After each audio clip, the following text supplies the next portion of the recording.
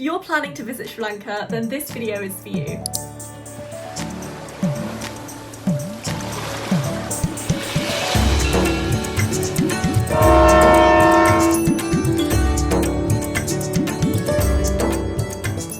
Hi, I'm Kajol, aka Spaces and Places, and I just spent 11 days travelling around the gorgeous island of Sri Lanka, and I'm going to share all my recommendations with you guys. I'll cover my itinerary, things I wish I knew, where to stay, things to do, and more. So let's get into it.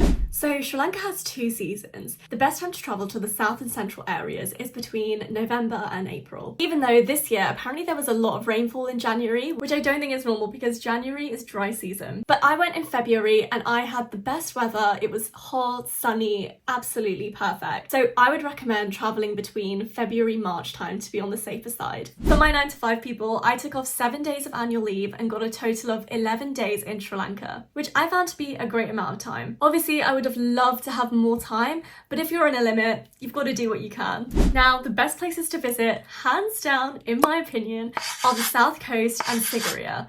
I did visit Ella as well, so I'll include that in this video. The South Coast is made up of gorgeous beaches and each town has its own vibe. I stayed in Weligama as my base and it's perfect for people who don't have enough time to explore the entire coast. Wellelagama is situated between the cool town of Ahangama and the beautiful beaches of Mirissa.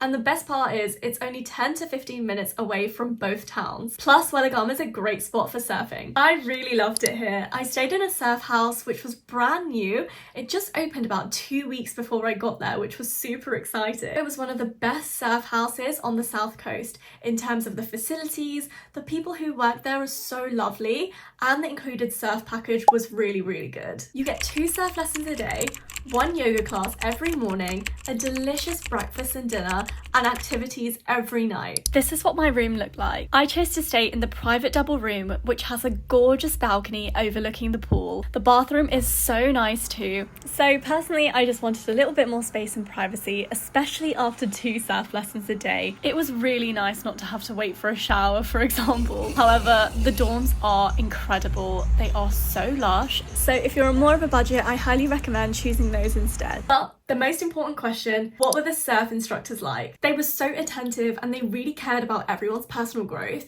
They would watch you after every single wave and give you feedback straight away. So I felt like I could really easily implement improvements and you can see your growth super quickly. The camp I stayed in is called Riptide and I highly, highly, highly recommend this place. This video is not sponsored at all. I just had the best time there. But if you do end up booking because of this video, it would be super nice if you let them know that you came from this Spaces and Places content. I really want these guys to succeed and get all the bookings because they deserve it. Just to touch on Ahangama really quickly, I loved this place. It's where you'll find the best beach bars, shopping and events. One of my favourite events is at La Manor. It's a skate park that turns into a party vibe on Thursdays and Sundays. It's so cool. Also, you need to check out a beach bar called the Lenny's. It is absolutely stunning. It's perfect for sunset watching and I went there twice while I was there because I loved it so much. The beanbag section is so comfy. Now, in terms of how long to spend there, I love the South Coast so much, as you can tell by now. The vibes, the people, everything was just incredible. I would therefore recommend spending the most amount of time here. I spent about 5 days, but I really wish I did 7. The next place I visited was Ella. This is located about 2.5 hours away from Weligama. I travelled by taxi just because I prefer convenience and peace of mind.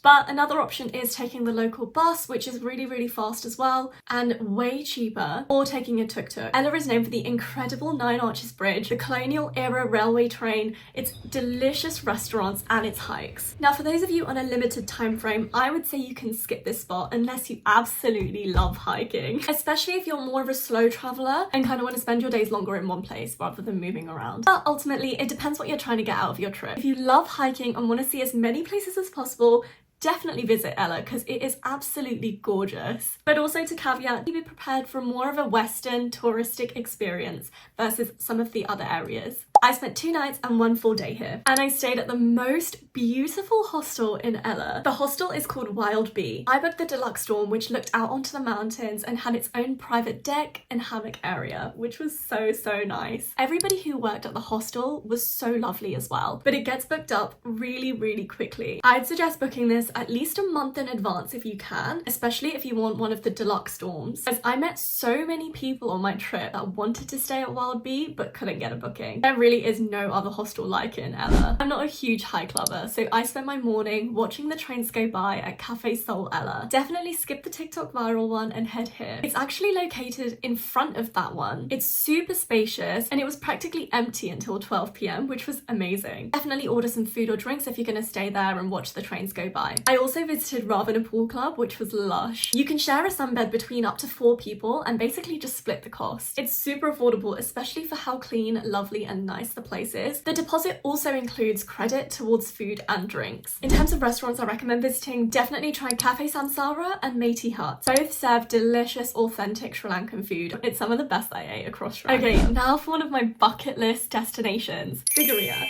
I travelled here by taxi from Ella. Originally, I actually did have a ticket to take the Ella to Kandy train. Everyone had literally raves about this train ride and I was super excited to go on it. I even booked my ticket a month in advance. So I had booked a second class reserved carriage and I was already set to go. But while I was in Ella, I really thought, okay, I don't have a lot of time to spend. I don't really want to take up an entire day of travelling when I could get to Sigiriya early. So I ended up selling my ticket to a girl who needed the same train ticket, which worked out really well. And I ended up taking a taxi there. However, if you've never been on a train like this before, then definitely try and factor it into your trip. It definitely seems like a really cool experience and you get to see beautiful views. And one thing to note, the length of the journey. It's about 6 hours to get from Ella to Kandy and vice versa. So it's a very long train ride. Some trains are actually longer than that if you get the slow train. If you are looking to take the train, I definitely suggest booking in advance, especially if you're coming the other way from Kandy to Ella. That's actually the more popular route and that train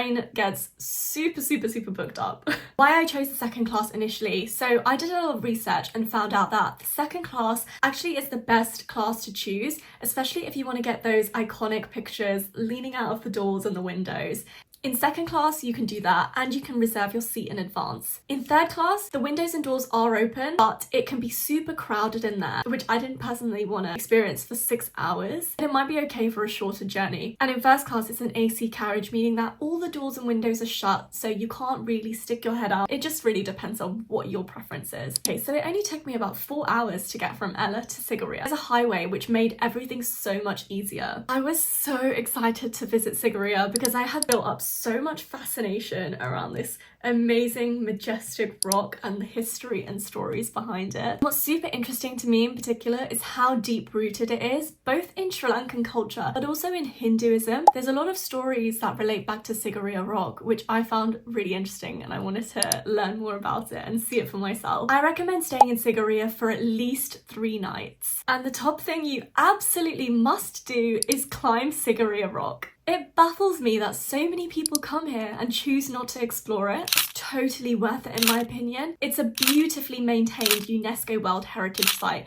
that you genuinely will never be able to see anywhere else in the world, so definitely visit. It is the most spectacular experience. For this, I would say a guide is optional. I personally found them okay, but they didn't really go into as much depth as I hoped. They did leave some major stories out too, so I think it's a personal preference here. However, it could just have been the guide that we got. The ascent up Sigiriya was not too straining at all. A lot of stopping and a slow pace to hear about the rock. It took maybe 30 to 40 minutes to climb it, and the top was absolutely amazing. It's such a wonder to be able to stand on top of an ancient civilization's fortress and just deep the magnitude of the history beneath you. We spent at least an hour on top just admiring the architecture and the sunset. Definitely beware of the monkeys though.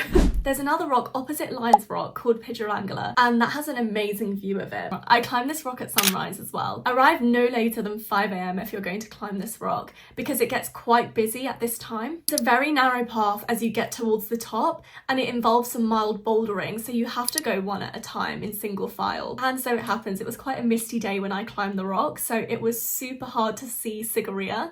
However, as the sun rose, we got to see this really beautiful, almost cinematic visual of the rock kind of peeking out from behind the mist, which I thought was so magical. It felt like it gave me a glimpse, but not the whole picture, and it made me even more excited to climb climate. Another place that's definitely up there to visit is the Dambulla Caves. It's been a sacred pilgrimage site for 22 centuries. It's the largest and best preserved cave temple complex in Sri Lanka, where it houses many statues of the Buddha. There's such a strong spiritual energy here that I can't really describe, but you'll feel it if you go there. And I highly suggest getting a guide if you do go, as they explain all the statues and caves in such minute detail that you would have totally missed if you didn't know otherwise. And it really makes the place come to life. Make sure you cover your shoulders and knees out of respect if you are visiting. On my final day, I decided to do a safari to see the elephants in the nearby reserve. I really do recommend this one, as we saw over 30 elephants, including baby elephants, and they were so cute. So where did I stay? I stayed at Roy's Villa, and it's known to be one of the best hostels in all of Sri Lanka. I had a bit of a mixed experience, so it definitely depends on who you get staying there while you're there. First night there were so many couples, so it felt slightly more unsociable than some of the other places I'd stayed at. However, they do really try and encourage social interaction.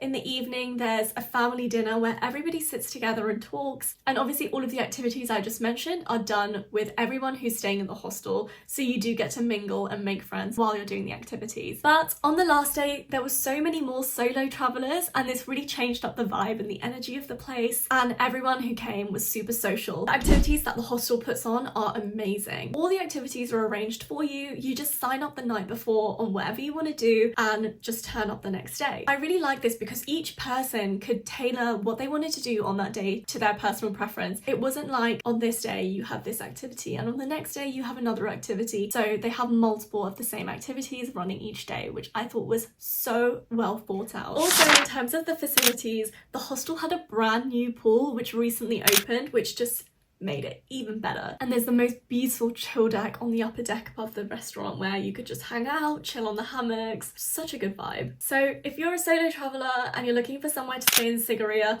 definitely book Roy's Villa. However, one thing to note again, it is super popular. I met so many people similarly to Wild Bee that just couldn't get a booking there.